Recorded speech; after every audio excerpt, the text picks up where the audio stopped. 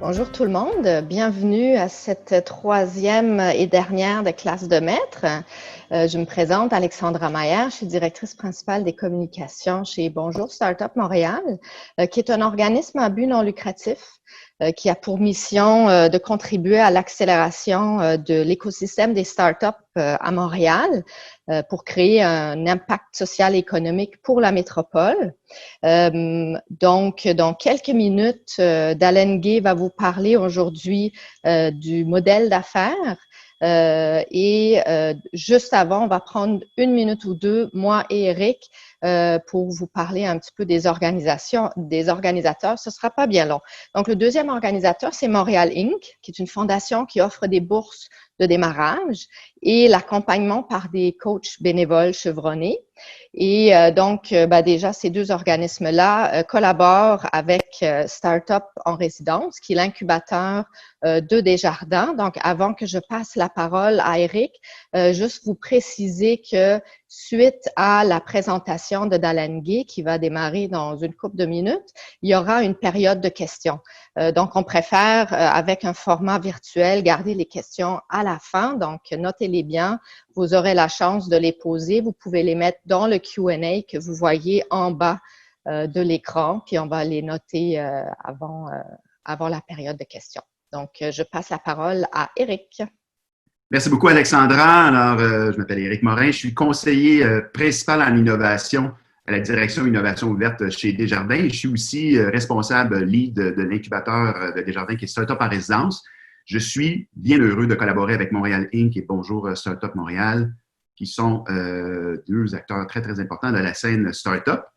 L'incubateur Startup en résidence de Desjardins accueille et accompagne depuis 3 ans déjà des startups qui proviennent des 4 coins du monde et qui ont le potentiel d'apporter une valeur ajoutée aux membres et clients de Desjardins et aussi appuyer l'institution financière dans sa transformation numérique et créer un impact dans la société canadienne. On reçoit des startups en techno-financière, en immobilière, donc la PropTech, mais aussi en santé, la HealthTech. Et évidemment, on pousse l'innovation dans ces technologies-là à travers le Canada. Pour la classe d'aujourd'hui, comme Alexandra le disait plus tôt, on a le plaisir d'accueillir Dalen Gay, qui est le fondateur de Digit Management, mais aussi expert pour Startup en résidence. Petite note, Dalen vous offrira un petit cadeau à la fin de la session. On la remercie beaucoup pour ça. Il vous présentera aussi une offre spéciale pour un programme de lancement d'entreprise pour ceux et celles que cela intéresse. Alors, ça sera une petite pub, mais très, très, très intéressante. Dalen, merci d'être avec nous aujourd'hui, juste avant cet été qui s'annonce chaud. On te donne le plancher. Merci. Je vais vous partager mon écran. Est-ce que ça fonctionne? Oui. Donc, tout d'abord, merci beaucoup à Montréal Inc. Merci aussi à Bonjour Startup Montréal et à Startup en résidence Desjardins, entreprise et surtout organisation pour laquelle j'ai le plaisir et le bonheur d'être aussi un coach.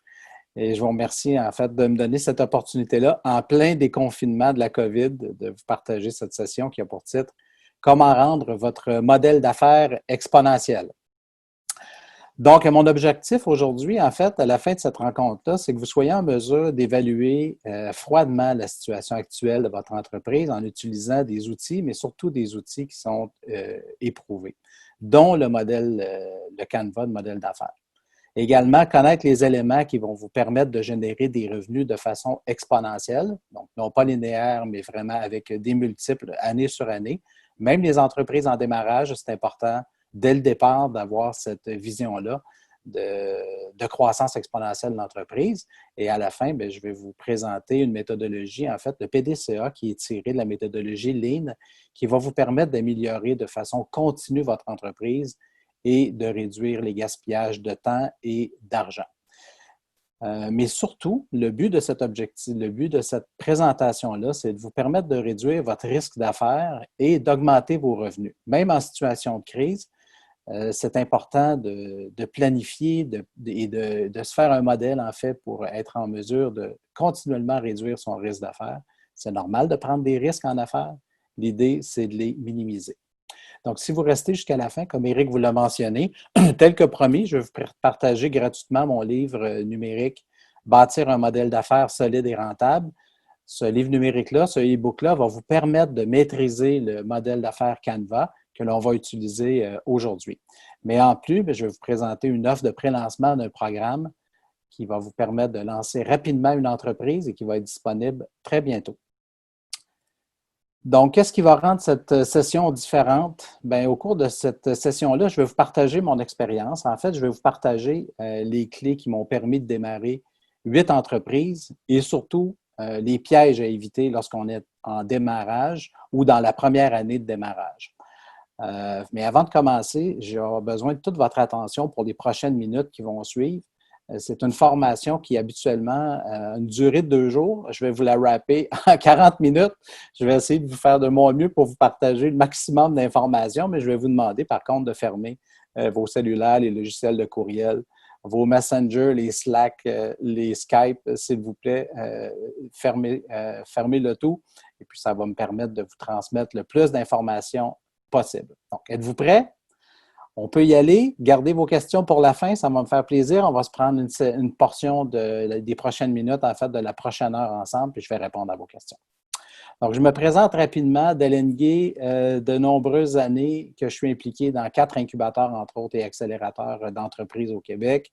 Je suis un entrepreneur en série, donc j'ai d'autres belles qualités, mais ce que j'ai fait dans la vie, en fait, depuis l'âge de 16 ans, c'est que j'ai démarré des entreprises. Maintenant, je suis rendu à 53. Je démarre encore des entreprises pour moi, puis j'aide des entrepreneurs à avoir du succès. J'ai eu la chance de participer à la rédaction du livre Exponential Transformation et j'ai récemment publié un livre qui s'appelle La clé des entrepreneurs à succès. En 2014, à 47 ans, je suis retourné sur les bancs d'école pour aller faire un MBA à McGill et à HEC Montréal. Et je vous invite à me faire une demande de réseautage sur LinkedIn là, sans aucun problème. Donc, j'ai lancé 8 entreprises au cours des 30 dernières années. J'ai eu la chance, ou certains vont me dire la malchance, j'en ai fermé aucune sur les 8 business que j'ai lancés. Fait particulier, je n'ai jamais lancé dans le même secteur d'activité. Donc, les 8 entreprises, en fait, étaient totalement différentes les unes des autres. Particularité, je n'ai jamais démarré seul une entreprise, donc je m'entoure toujours des meilleurs que moi, je m'entoure toujours des spécialistes dans le secteur d'activité dans lequel je lance. J'ai un réseau, un carnet d'adresses quand même assez bien rempli pour m'aider à être capable de me concentrer sur qui peut m'aider et non pas comment je vais le faire moi-même. Comme par exemple, si je dis, je lance une nouvelle entreprise, j'ai besoin d'un logo, en plus d'être daltonien, je suis vraiment mauvais en design. Donc, je vais plutôt travailler avec un designer qui, lui, fait des années qu'il travaille avec Photoshop au lieu que moi, ça me prend 30 heures à apprendre le logiciel puis avoir un résultat très moyen.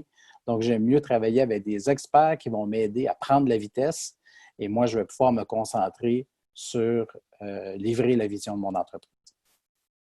J'ai fait plusieurs erreurs, dont celle d'essayer de tout faire moi-même. Mais la plus grande erreur en tant qu'expert, c'est que je me suis dit que je savais ce que mes clients voulaient. Donc, l'erreur principale que j'ai faite, ça a été de me fier sur mes hypothèses et de ne pas les valider auprès de clients. Une autre erreur que j'ai faite dans le même secteur au niveau des segments de clients, je n'ai pas su définir qui était mon client de rêve, en fait. Je me suis retrouvé avec des clients qui ne partageaient pas du tout les mêmes visions, les mêmes valeurs d'affaires que moi. Ce n'était pas mes clients de rêve. Donc, j'ai dû faire à plusieurs reprises dans mes entreprises en démarrage des pivots au niveau de mes clientèles. Donc, au début, je disais oui à tout le monde et ce fut probablement la plus grande erreur que j'ai faite parce que mon entreprise n'avait pas la croissance et n'avait surtout pas la rentabilité espérée. Mais j'ai appris de mes erreurs, en fait. C'est ce que je vais vous partager ce que j'ai fait au cours des 30 dernières années. Je vais vous partager à définir qui est votre client de rêve, à valider les besoins de vos clients, à utiliser une méthode simple pour lancer avec succès vos projets d'entreprise et surtout à vous baser sur des faits et non pas des hypothèses. On peut faire ça rapidement, on peut faire tourner les coins ronds. En fait, par tricher, ce que je veux dire, c'est que vous pouvez croire que vous savez mieux que vos clients de ce qu'ils ont besoin. Vous pouvez penser que c'est facile de faire des ventes, puis vous n'êtes pas l'expert, vous êtes peut-être l'expert dans votre domaine, mais vous n'êtes pas votre clientèle cible. Et par prendre des raccourcis, ce que je veux dire, c'est de ne pas faire ses devoirs afin d'évaluer vos options avant d'engloutir beaucoup de temps et d'argent dans une aventure qui se terminera par un échec. La validation, elle est primordiale. Il faut parler à ses clients, même à des fournisseurs. Je vous raconterai une anecdote un peu plus tard de la dernière entreprise que j'ai lancée, qui était une microbrasserie. Donc, qu'est-ce qui se passe quand on ne valide pas nos choses? Bien, les résultats, en fait, quand on prend des raccourcis, ce que ça donne des entreprises qui offrent peu de potentiel de croissance, des produits et des services qui ne répondent pas à des besoins et des attentes de clients de masse. Ça donne une entreprise qui a des très lentes acquisitions de clients, peu de fidélisation et surtout des batailles sur les prix. Donc, on ne répond pas réellement à un besoin client. Donc, c'est toujours trop cher pour notre client cible ou pour notre client prospect. Ça donne aussi un coût d'opportunité manqué et c'est une augmentation énorme de votre risque d'affaires. Maintenant, imaginez-vous, prenez quelques secondes, fermez les yeux, imaginez-vous lancer ou faire croître votre entreprise et avoir des clients qui sont incroyables, mais partout dans le monde. Votre équipe d'entreprise, vous êtes l'équipe de référence dans votre domaine. Vous gérez une croissance, une entreprise ayant une croissance avec un multiple de 10. Donc, année sur année, vous faites 10 fois les revenus de l'année précédente. Si votre entreprise atteignait ces 3 objectifs, quel serait cet impact? Quel serait l'impact sur votre famille, sur vos amis et également sur votre autonomie financière? C'est tout un changement. Ça serait vraiment incroyable. Bien, c'est possible. Puis je vais aujourd'hui vous partager l'outil pour être capable de vous permettre de faire ça. Fait que je vais maintenant vous révéler les 3 secrets, les outils que j'utilise de façon quotidienne. En fait, je bois mon propre Kool-Aid, comme on dit.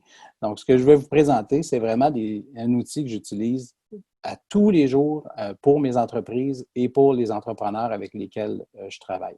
Puis en plus, bien, je vais vous partager une petite facette de ma personnalité. Je déteste prendre des risques ou même prendre des décisions de façon impulsive.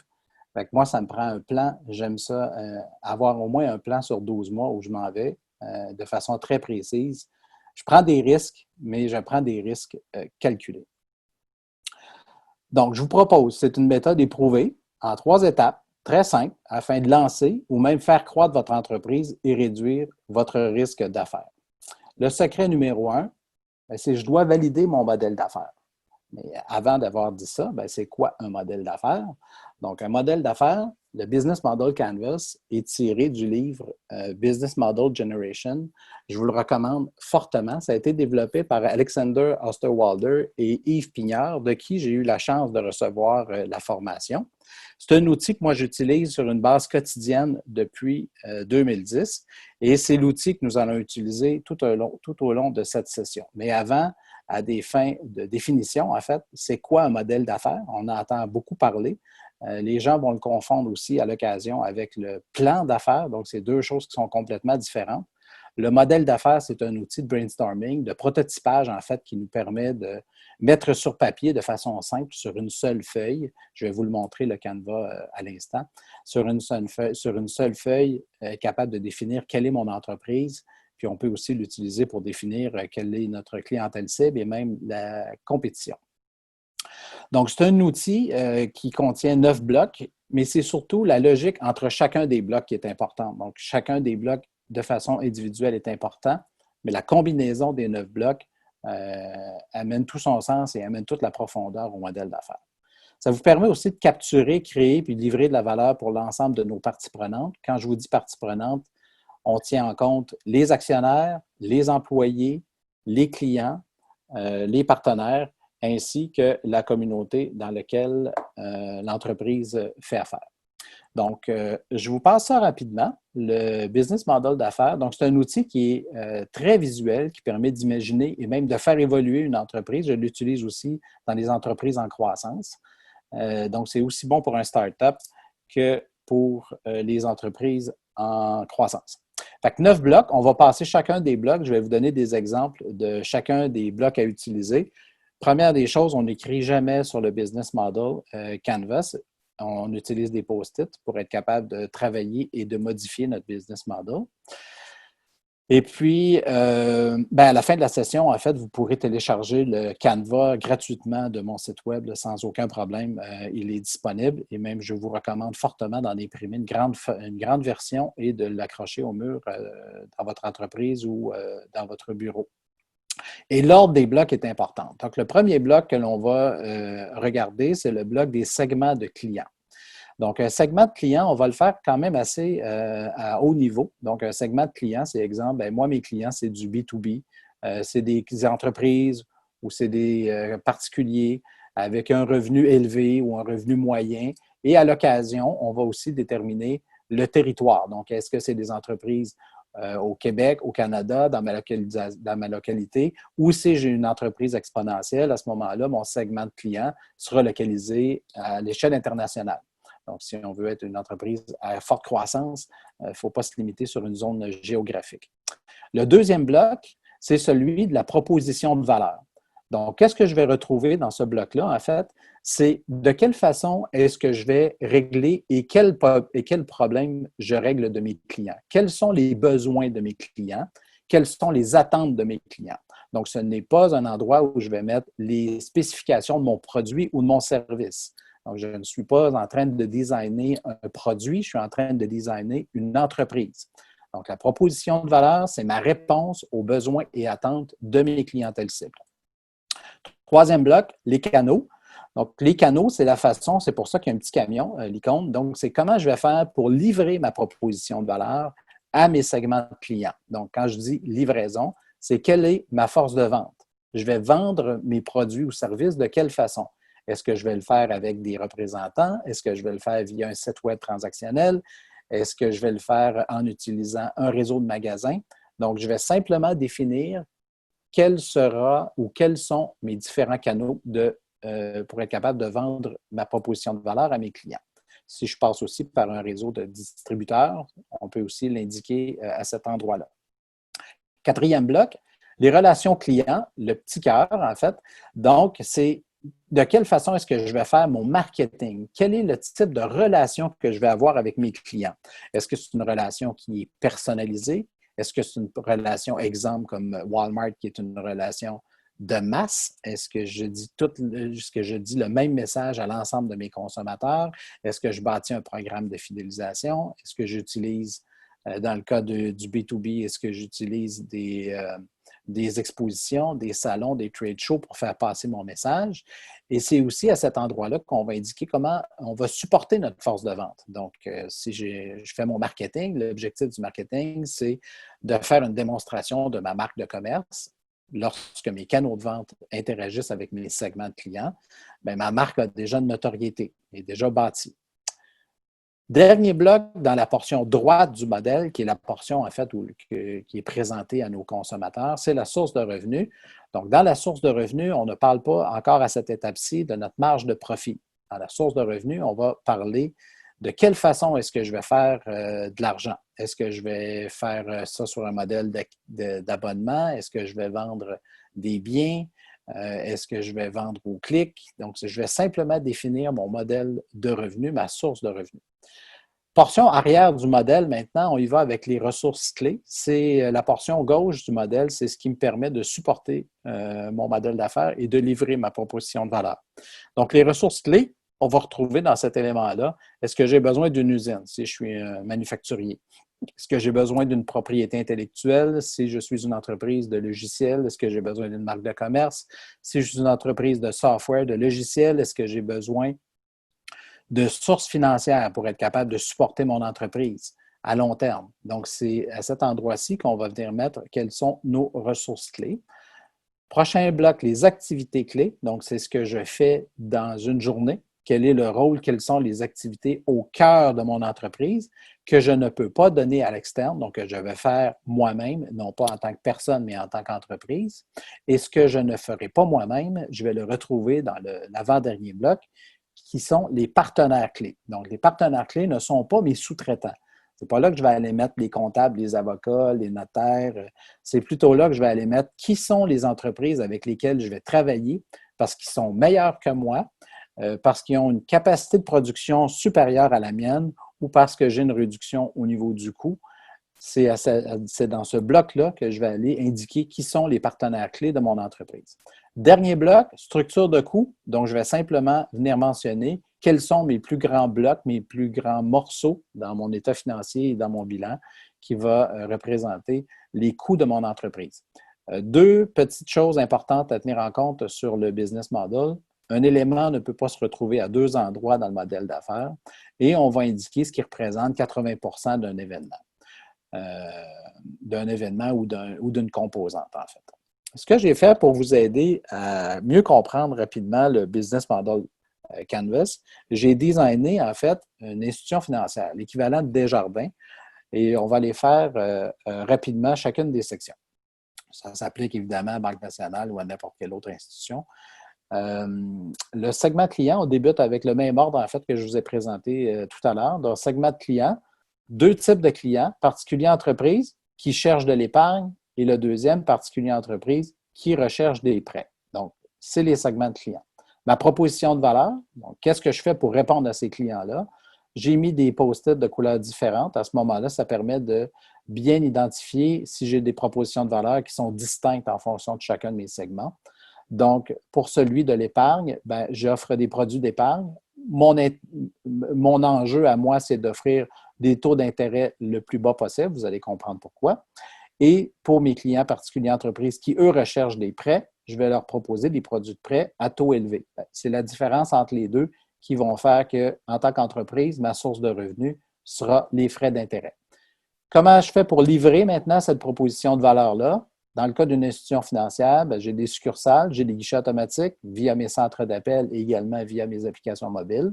Ma relation client, je la fais via un service personnalisé, mais lorsque c'est nécessaire ou lorsque je peux le faire, je vais faire de façon automatisée. Exemple, les guichets automatiques. Ma source de revenus, les frais d'intérêt et les frais de transaction. Mes ressources clés, mes lieux physiques via mes succursales. Les liquidités, j'ai besoin d'argent, j'ai besoin de liquide pour être capable d'effectuer des prêts. Mes activités clés, ce que je fais à tous les jours, mes opérations de succursale, mes centres d'appel, je fais de la recherche et développement en technologie. Ce que je ne ferai pas à l'interne, j'ai des partenaires d'investissement qui, eux, vont placer l'argent dans des fonds. J'ai aussi des solutions technologiques. Par exemple, une institution financière va utiliser des plateformes qui appartiennent, entre autres, à IBM ou à Oracle pour être capable de gérer leur business. Et les régulateurs et gouvernements, dans le cadre d'une institution financière, sont indispensables. Au niveau du coût, j'ai des dépenses d'intérêt et j'ai l'opération de mes canaux de vente. Donc, vous avez vu à quelle vitesse on est capable de faire une présentation d'une entreprise complexe comme Desjardins ou comme la Banque nationale. Et c'est un outil, le Business Model va vous servir énormément au niveau de votre elevator pitch si vous êtes en présentation ou en recherche de financement. Deuxième secret.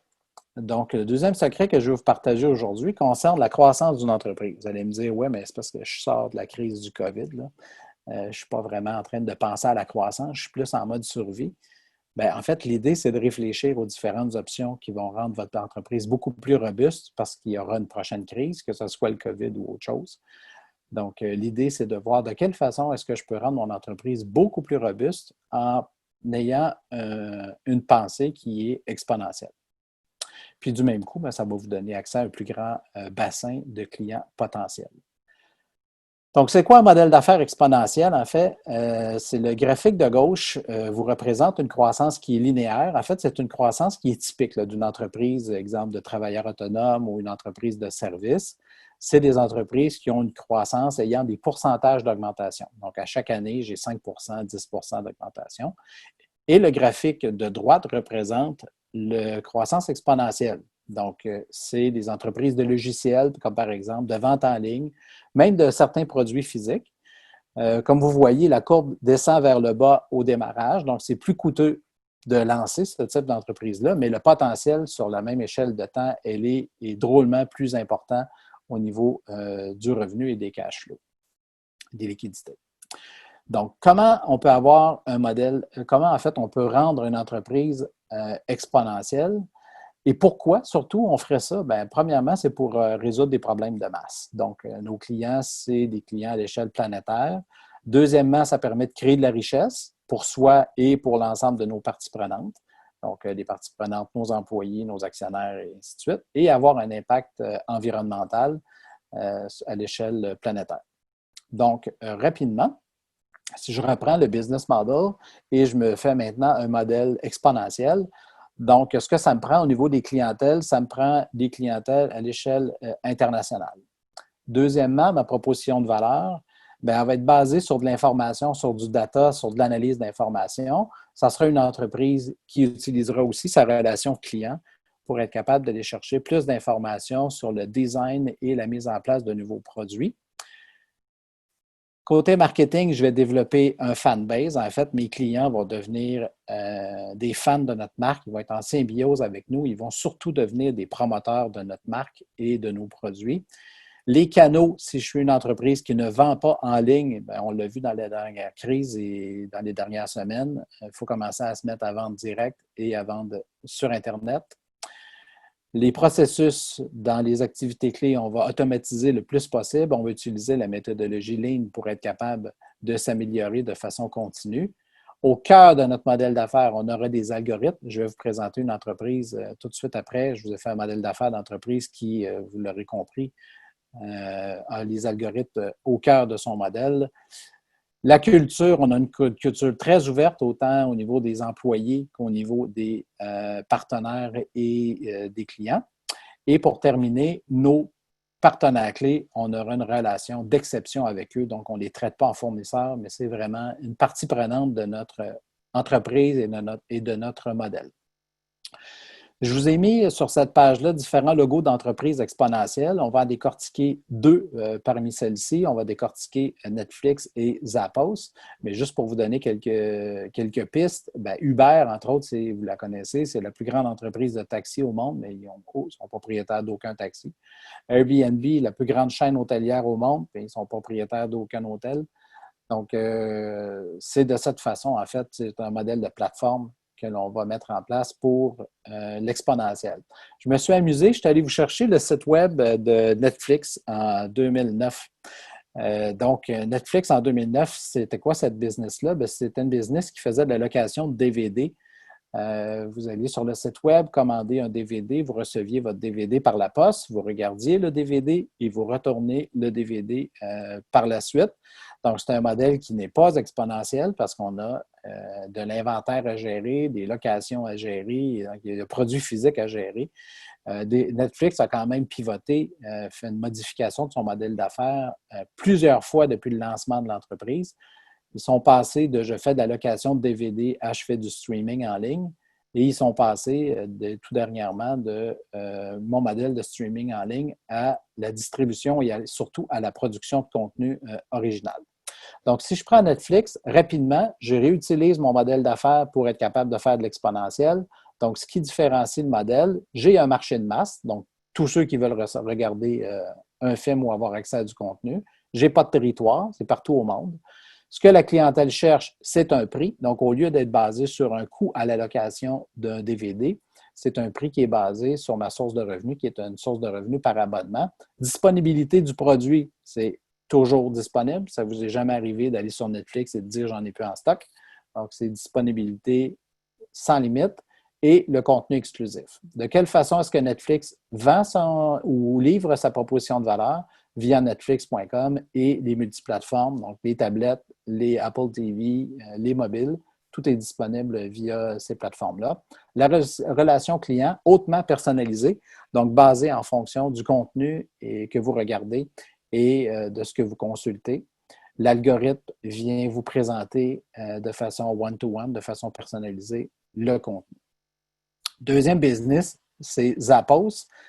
Zappos, c'est une entreprise de Las Vegas qui a été fondée en 1999. C'est une entreprise de vente en ligne, principalement des chaussures. Ça représente 80% de leur chiffre d'affaires. Ça a été vendu à Amazon en 2009 pour la modique somme de 1,2 milliard de dollars US seulement. Et Zappos, en fait, ne fabrique aucun produit, ne gère aucune logistique, n'ont pas d'entrepôt, n'ont pas d'inventaire. Ce n'est qu'un centre d'appel. Caractéristique importante de Zappos également, c'est une entreprise qui est holocratique, donc qui n'a aucune structure hiérarchique.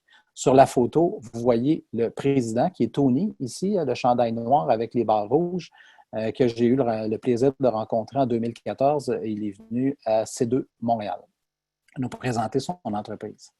Donc, encore une fois, rapidement, modèle d'affaires de Zappos, toujours le marché de masse, donc ils vendent à travers le monde. Proposition de valeur, les clients, ce qu'ils recherchent, c'est beaucoup de choix et surtout beaucoup de services à la clientèle.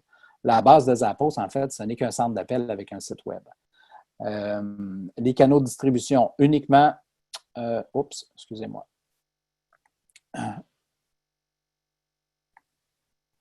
Uniquement en ligne. La relation client, c'est une relation vraiment d'amour et de gratitude, donc service clientèle d'exception. Les ressources clés, la culture de l'entreprise. Les activités clés, c'est de l'analyse de base de données et l'anticipation des besoins clients. Et leur partenaire clé, ben, c'est même avant la transaction avec Amazon, c'est Amazon qui gère l'ensemble des entrepôts, les inventaires, réception des nouveaux produits, expédition. Dans leur partenaire clé, fabricant de chaussures, Zappos ne fabrique absolument rien. Et UPS, qui est le partenaire mondial de livraison, le partenaire de livraison des commandes de chez Zappos. Donc, Zappos, super lean. La seule chose qu'ils font, c'est à l'aide d'algorithmes, c'est l'analyse des bases de données et segmentation afin de répondre aux besoins des clients. Donc, rapidement, solutionner des problèmes de masse, bâtissez des communautés d'intérêt. Il faut que vos clients deviennent des fans et des promoteurs de votre brand, de votre marque. Un service basé sur l'information. Le volet social est important, mais surtout le volet collaboratif avec les clients et les partenaires. Automatiser le plus possible vos processus en mettant en place, entre autres, la méthodologie Lean. Et on met au cœur de notre modèle d'affaires des algorithmes pour nous aider à prendre des décisions le plus rapidement possible. Nos partenaires deviennent une partie intrinsèque et importante de notre entreprise. Ce n'est pas des fournisseurs, c'est des gens à qui on confie des portions importantes de notre entreprise. Donc, comment faire pour faire évoluer de façon continuellement votre modèle d'affaires, que ce soit un modèle d'affaires linéaire ou un modèle d'affaires exponentiel? La méthodologie que je vous propose, c'est une méthodologie Lean qui permet de réduire en fait votre incertitude, qui permet de valider vos hypothèses auprès de vos segments de clients. Et c'est un modèle d'apprentissage en continu et d'amélioration en continu. C'est un concept qui existe depuis plus de 90 ans. En fait, c'est apparu en 1930. C'est l'Américain William Deming qui est responsable de la propagation du concept Lean. Cet Américain-là l'a exporté au Japon, est allé l'appliquer chez Toyota. Donc, on appelle souvent la méthodologie Lean la méthodologie Toyota. C'est la même base qui a été utilisée dans le livre Lean Startup de Eric Reince, qui est un excellent livre. Et Eric a également participé à l'écriture du livre Lean Analytic, qui permet de faire de l'analyse de base de données et de segmentation de clients en utilisant cette méthode-là. 2 autres livres que je vous recommande sont très, très bons. Donc, la base du Lean, en fait, c'est assez simple. C'est 4 mots. Donc, c'est le PDCA. En anglais, on appelle Plan, Do, Check et Act. En français, c'est planifier, réaliser, vérifier et agir. Je vais vous passer chacune des étapes, en fait. Planifier, c'est planifier adéquatement le futur. Ça vous permet, entre autres, d'avoir une analyse précise de votre situation. En tant que dirigeant, c'est votre rôle, en fait, d'évaluer froidement la situation actuelle et surtout l'évolution de votre modèle d'affaires. C'est à cette étape qu'on identifie les problèmes que l'on a de croissance ou de démarrage et surtout les opportunités. On émet des hypothèses, mais on ne prend pas pour acquis que notre idée est la meilleure. Donc, on émet des hypothèses que l'on va aller valider par la suite auprès de clients. Il y a des éléments qu'on va valider de façon hebdomadaire, d'autres de façon mensuelle et d'autres de façon annuelle lors de notre rencontre de planification annuelle avec l'équipe de direction. Deuxième étape qui est réalisée, c'est la validation en fait sur le terrain des hypothèses et c'est aussi la mise en œuvre. Donc, par exemple, les questions qu'on va se poser, c'est si vous avez des emplacements physiques, de quelle façon est-ce que vous allez pivoter vers le commerce électronique? De quelle façon vos clients pourront acquérir de la marchandise sans avoir à quitter la maison ou le bureau?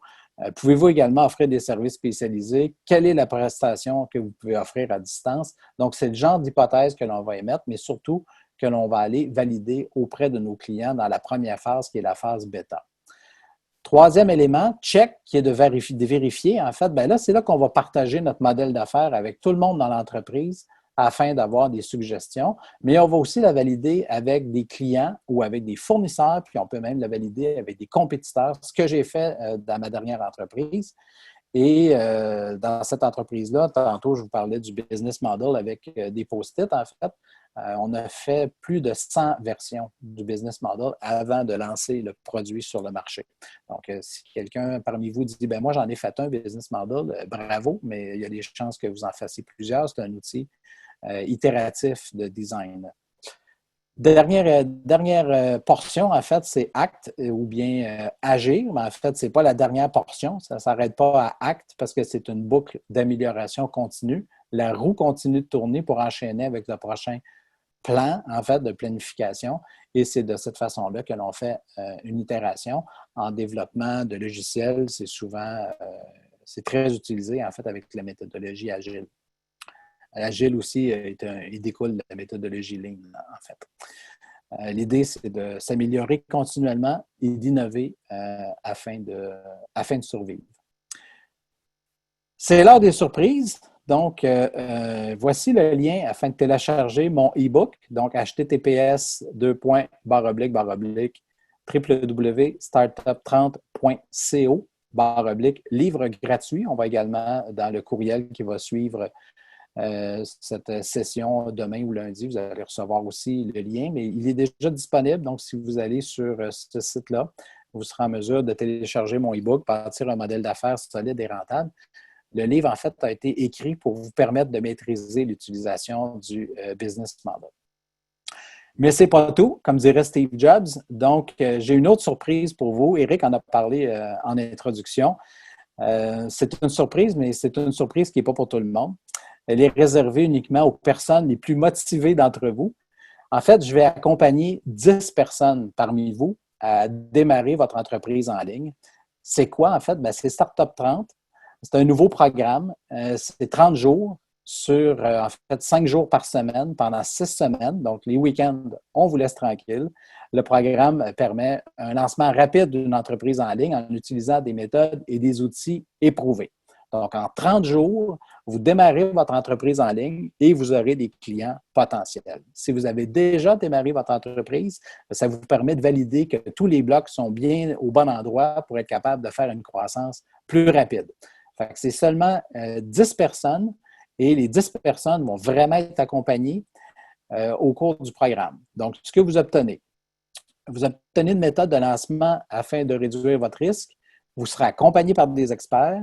C'est une vidéo par jour pendant 30 jours avec des outils éprouvés à télécharger. Vous aurez accès à l'espace membre à vie ainsi que toutes les améliorations du programme. Tout ça pour une valeur de 3 300 $.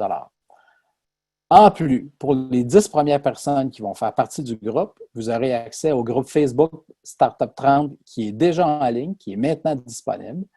Session de coaching de groupe en ligne hebdomadaire. Donc, les 10 personnes, vous aurez droit à une session de coaching avec tout le groupe. Et vous aurez aussi 1 heure de consultation avec moi pour vous aider à utiliser le Business Model Canvas. En plus, une valeur de 1 191 $. Donc, rapidement, ce que vous obtenez, méthode de lancement, accompagné par des experts, 30 vidéos de formation, l'espace à vie ainsi que les améliorations, le groupe Facebook, 1 heure de coaching par mois, par semaine live, 1 heure de consultation avec moi pour vous aider à utiliser le business model, une valeur de 4 490 $. Pour les 10 premières personnes, on vous fait cette offre de lancement-là à 587 $. C'est quand même tout un rabais, tout un escompte, toute une promotion. C'est déjà disponible. Donc, on prend seulement que les 10 premières personnes. Vous pouvez vous rendre au www.startup30.co. C'est déjà disponible et vous pouvez vous procurer l'offre de lancement dès maintenant. Avez-vous des questions? Et c'est le moment où on répond à vos questions. Bonjour Dalaine. Donc, j'invite tout le monde à poser vos questions, soit en levant votre main ou en posant une question dans le Q&A, encore une fois, ici en bas. Moi, j'aurais peut-être une pour nous starter, comme on dit. je pense aux entrepreneurs qui sont en démarrage ou tu sais, qui sont pas assez avancés. Tu as beaucoup parlé avec raison là de valider le modèle auprès des clients. Mais qu'est-ce que tu conseilles à des gens qui, tu sais, ils n'ont pas encore de clients, ils sont en pré-revenu ou ils sont pas rendus là? Qu'est-ce qu'ils peuvent faire? Comment ça s'applique à eux? Bien, la première chose, en fait, ça serait de définir c'est qui mon client de rêve. Donc, avec qui je veux faire de la business? Quel est le segment de client ou quelles sont les particularités ou en fait même quels sont les clients ou les prospects qui pourraient partager les mêmes valeurs que moi?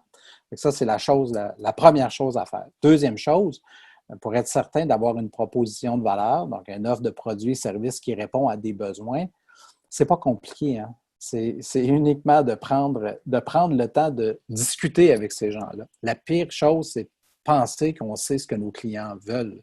Parce qu'on n'est pas le segment de client, on n'est pas la cible. Donc, prenez le temps de jaser avec vos clients, avec vos prospects. Si vous n'avez pas encore pas encore de revenus ou pas encore de clients, c'est le bon moment. Décrochez le téléphone, allez prendre un café, là, on peut avec le déconfinement, ça va être possible. Mais essayez de le faire le plus possible en personne. Envoyez pas de sondage, n'utilisez pas les SurveyMonkey pour faire ça. Parlez aux gens, posez-leur des questions, prenez un 10-15 minutes avec ces gens-là, surtout pour avoir le ton et les bons mots qui vont vous servir après pour développer votre argumentaire et votre pitch de vente. Ça serait ça ma suggestion. Merci. OK, très bien. Donc, même si on n'a pas encore de clients, on peut penser à des gens dans notre entourage qui représentent ce que moi, je pense être le client potentiel et donc je peux échanger avec ces gens-là. Ça n'a pas besoin d'être beaucoup plus élaboré que ça. Ah non, pas du tout. Moi, dans ma dernière entreprise que j'ai lancée, qui était une microbrasserie, une usine à bière, pas un bar, mais même avant de faire la première recette de la bière, on avait déjà rencontré les acheteurs des grandes chaînes. On leur avait déjà demandé quelles étaient les caractéristiques des produits, quels étaient leurs problèmes au niveau de la bière. Et on a complètement modifié le produit avant même sa sortie parce qu'on avait eu des informations hautement pertinentes de nos clients. Et on avait même présenté notre modèle d'affaires à des compétiteurs pour voir ce que ça.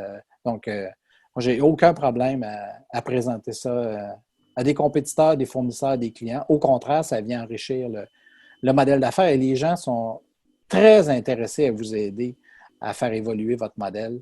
Et lorsque je suis en démarrage sans client, c'est le bon moment de faire ça. Et Super. ça va être plus rentable sur un point de vue financier et en temps d'aller valider nos hypothèses auprès des clients que de penser qu'on a la bonne idée, de lancer un produit sur le marché et de se rendre compte par la suite qu'on répond à aucun problème de client. Merci.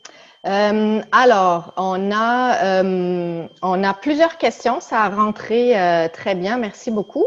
Donc, je vais commencer avec Grégory. Je vois qu'il y en a pas mal. J'hésite à ouvrir le… Ah, bon, on y va. Parce que je veux m'assurer que les dernières 15 minutes, tout le monde peut être répondu. Puis pendant que vous alliez être en échange, Grégory, avec Dalen, je vais mettre aussi les liens là, autant pour le livre que pour l'offre de Dalen dans le chat. Donc, ça s'en vient. Alors, Grégory, je te laisse poser ta question à Dalen, si tu veux bien. Oui, bonjour Dalen. Merci beaucoup pour cette présentation. Dalen, je voulais te demander, sauf erreur de ma part, dans le Canva Business Model, il n'y a pas la concurrence. Est-ce que tu peux nous dire pourquoi et nous éclairer là-dessus, s'il te plaît? Oui, la concurrence, en fait partie de l'environnement externe de l'entreprise. Donc, si je veux faire un mapping ou en fait un design de mes concurrents, je vais faire un modèle d'affaires, un Canva par concurrent pour être capable d'analyser quelle est leur valeur, leur proposition de valeur. Donc, la concurrence, l'environnement externe, les lois gouvernementales fait partie de l'environnement externe d'une entreprise. Donc, je ne le mettrai pas directement dans le Canva. Et là, pendant que je vous parle, Grégory, j'essaie de vous trouver la bonne page dans le Business Model, dans le livre Business Model Generation, qui explique exactement comment on fait pour venir mapper autour de notre modèle d'affaires, en fait, ce type d'éléments-là. Ma recommandation est de faire un business model par concurrent. si je vais être capable d'analyser leur proposition de valeur et de déterminer quel sera mon Blue Ocean, en fait, quel est mon positionnement sur le marché afin d'avoir le moins de compétition possible. C'est à la page 201 du Business Model Canvas, excusez-moi, et c'est ici que la compétition va venir se retrouver. OK, donc si je résume, il y a un business model canvas pour mon entreprise et puis un business model canvas par concurrent de mon entreprise. Oui, ça serait la meilleure pratique. Merci beaucoup. Merci. Merci, Grégory. Je passerai à la prochaine question. Donc, je vais juste la lire parce que je n'ai pas le nom de la personne, alors pas de problème. La question est la suivante. Quelle est votre façon d'approche pour les grandes entreprises? J'ai de la difficulté à m'adresser aux preneurs de décision. Ah oui, c'est une bonne question. Question de développement d'affaires. Donc, en fait, dans les grandes entreprises, il y a souvent plusieurs rôles. Vous avez le rôle de celui qui va acheter ou utiliser votre produit. Donc, déjà là, j'ai deux personnes souvent dans les grandes entreprises. J'ai l'utilisateur, j'aurai celui qui prend la décision d'achat, j'ai l'influenceur et j'ai souvent celui qui tient les cordons de la bourse. Donc, j'ai 4 personas, en fait, dans mes segments de clients. J'ai 4 personas à définir et à qui je dois adresser un marketing ou une approche qui est totalement différente.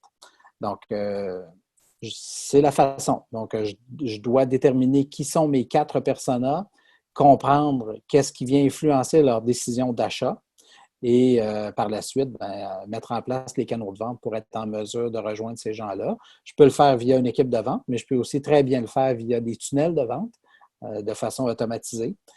C'est deux approches qui sont disponibles. J'espère que ça a répondu à votre question. Et donc, ce que je comprends, c'est qu'il n'y a pas nécessairement une approche différente selon si c'est une grande entreprise, une petite entreprise. Je pense que, tu sais, des fois, dans les grandes entreprises, il y a beaucoup plus de niveaux hiérarchiques. C'est peut-être l'approche initiale qui est plus difficile à bien identifier. Bien, la difficulté, en fait, c'est que les 4 rôles qu'on a mentionnés, là, qui est l'utilisateur, l'acheteur, l'influenceur et celui qui détient les cordons de la bourse, là, sont dans une grande entreprise, sont joués par plusieurs personnes. Alors que dans une petite entreprise, c'est la même personne qui utilise, qui décide, puis qui vous signe le bon de commande. Même des fois, c'est tellement petit qu'il n'y a pas de bon de commande, ils vont vous faire un chèque. Donc, mais les 4 rôles sont joués par la même personne, mais ces 4 rôles-là se retrouvent toujours. Donc, il faut être capable de mettre en place un pitch de vente pour être capable d'atteindre ces quatre rôles-là avant d'être capable de fermer une vente. D'accord, merci. Donc, je passe à la prochaine question de Félicie Desmazières. J'ai du mal à faire la différence entre ressources clés et partenaires clés. En fait, il y a trois questions. On va commencer avec celle-là. On va espérer, je ne sais pas si Félicie Desmazières est là. Donc, on pourrait lui demander, parce qu'elle a des sous-questions aussi, qu'on pourrait lui demander si vous voulez bien peut-être activer votre micro. Félicie. Sinon, on peut y aller comme ça. Donc, la différence entre ressources clés et partenaires clés. Oui, donc c'est souvent ces 3 blocs-là, ça devient un peu mélangeant. Il faut jouer avec. Le Business Model Canvas, c'est un muscle. Il faut le travailler, il faut le développer pour être en mesure d'être à l'aise. Mais je vous résume ça rapidement. Donc, les ressources clés, c'est qu'est-ce que j'ai besoin de façon essentielle. Par exemple, je suis une entreprise manufacturière.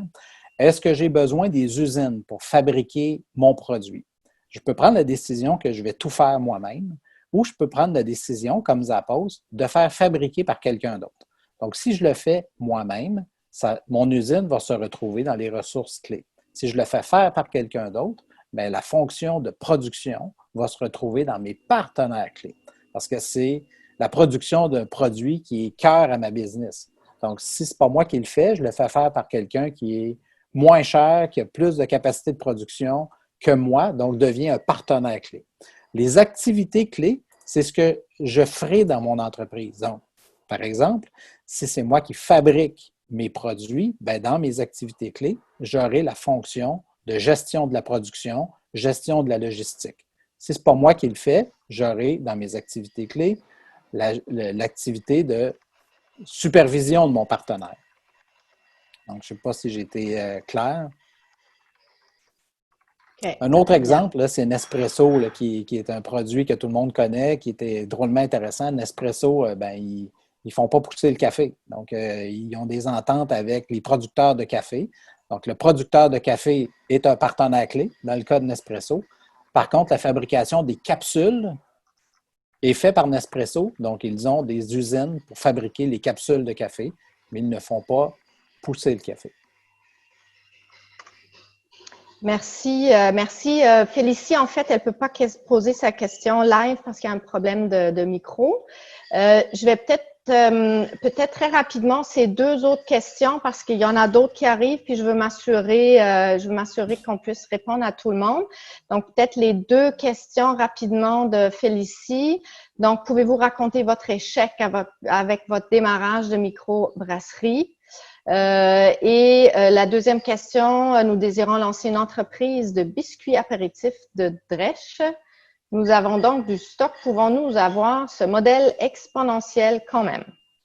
Ah oui, bien sûr. Bien, en fait, la microbrasserie est loin d'être d'un échec. La brasserie existe toujours. Donc, c'est la bière, je vais faire une petite pub. Donc, la bière s'appelle Baldwin. C'est une bière bio en canette. Donc, l'entreprise existe toujours. En fait, c'est une entreprise subséquente où on avait fait l'erreur de croire qu'on savait à la place du client quel était son problème, quel était le meilleur produit et service pour lui. Et on s'est drôlement rendu compte que on n'est pas le segment, on n'est pas la cible. Donc, on est retourné à la table à dessin et on a rencontré des clients, des prospects, réajusté le tir. Et par la suite, on a perdu quand même quelques mois, voire presque une année, avec un produit et un service qui ne répondaient pas du tout aux besoins des clients. Puis on se disait, parce que ça ne se vend pas, ça doit être parce qu'on est trop cher. Mais non, ce n'est pas fonction du prix, c'est fonction de la proposition de valeur qui ne répondait pas à un besoin client. Puis les biscuits pour les drèches, mais des drèches de brasserie, c'est probablement ça. Vous avez des brasseries à l'échelle internationale, donc il n'y a aucun problème pour vous approvisionner en drèche. Et la brasserie New Deal, justement, fournit des drèches bio, donc vous pourriez les contacter. Ils vont sûrement être en mesure de vous en fournir. Merci beaucoup. Donc, on continue. Donc, je vous invite vraiment à poser vos questions idéalement dans le Q&A. Je vois qu'il y en a une dans le chat, mais on va y arriver quand même. Mais idéalement, dans le Q&A, ça m'évite de me promener sur trop d'écran. Alors, question d'Alexandra Cloutier-Leclerc. On va voir si elle veut la poser live. Sinon, je peux la faire. Alexandra, est-ce que ton micro fonctionne? Ou est-ce qu'il faut encore prononcer la phrase la plus prononcée pendant la pandémie? Ton micro est à mute. Alors, je vais la lire. Elle a peut-être également un problème de micro. Donc, la question d'Alexandra, c'est existe-t-il un canevas de modèle d'affaires pour les OBNL, donc organismes à but non lucratif? Donc, des objectifs sociaux et environnementaux qui sont différents, des sources de revenus plus limitées. Oui, en fait, on utilise le même business model. La seule différence, c'est la finalité de l'entreprise. Exemple, source de revenus, même si vous êtes un OBNL, je comprends qu'on n'utilise pas le terme profit, mais vous utilisez quand même le terme surplus. Donc, l'important, même pour une OBNL, c'est de faire des surplus pour être capable de les distribuer à votre cause. Donc, ça fait partie de vos parties prenantes, de votre implication. Là, je ne connais pas la nature de votre OBNL, que ce soit environnemental ou sociétal, mais l'objectif est le même. Donc, c'est de répondre à un besoin. Dans ce cas-là, vous aurez deux besoins, probablement, deux types de segments, clientèle de segments. Vous aurez la clientèle pour laquelle vous voulez offrir votre produit et service, la clientèle d'aide, et vous aurez la clientèle d'impact, dans quel secteur ou dans quel secteur, en fait, vous voulez avoir de l'impact. Est-ce que c'est de façon communautaire ou sportif, ou peu importe. Mais on utilise exactement le même business model pour les sans but lucratif. Même chose pour les coops, les coopératives, c'est aussi le même modèle d'affaires.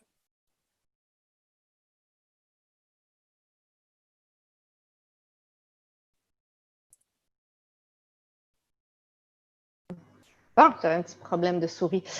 Donc, merci beaucoup. Je passe maintenant à la question d'Isabelle Lopez. Comment optimiser l'amélioration continue du modèle et des processus internes, exemple l'automatisation, en même temps que les opérations? Et entre parenthèses, elle précise qu'ils ont 2 ans d'existence. Ah, ben, elle est là, Isabelle. Super. Oui, bonjour. Oui, bonjour, je suis là. Bonjour. Bonjour, super. Isabelle. Oui. Mais en fait, c'est plus parce que on a vu une différence chaque fois qu'on avait pris le temps d'ajuster le business model dans la dernière année. À chaque fois, c'était vraiment, ça a des impacts directs là, sur notre capacité de percer le marché. Mais c'est toujours au coût de X temps de se regarder le nombril comme équipe. Et c'est désorganisant, ça prend du temps. Et quand tu as des opérations, ça devient comme un double shift. Je me demandais si tu avais 2-3 trucs. Oui, bien, c'est peut-être de prendre des plus petits morceaux. Donc, au lieu de tout changer, une fonction ou un département ou une production, ce que l'on va faire, en fait, c'est de découper le tout en plus petits blocs. Le plus important, c'est de s'assurer que les modifications que vous faites ajoutent vraiment de la valeur à vos clients. Souvent, ce que l'on va faire, c'est qu'on va modifier ou améliorer des processus. Ça ne change absolument rien dans la vie du client.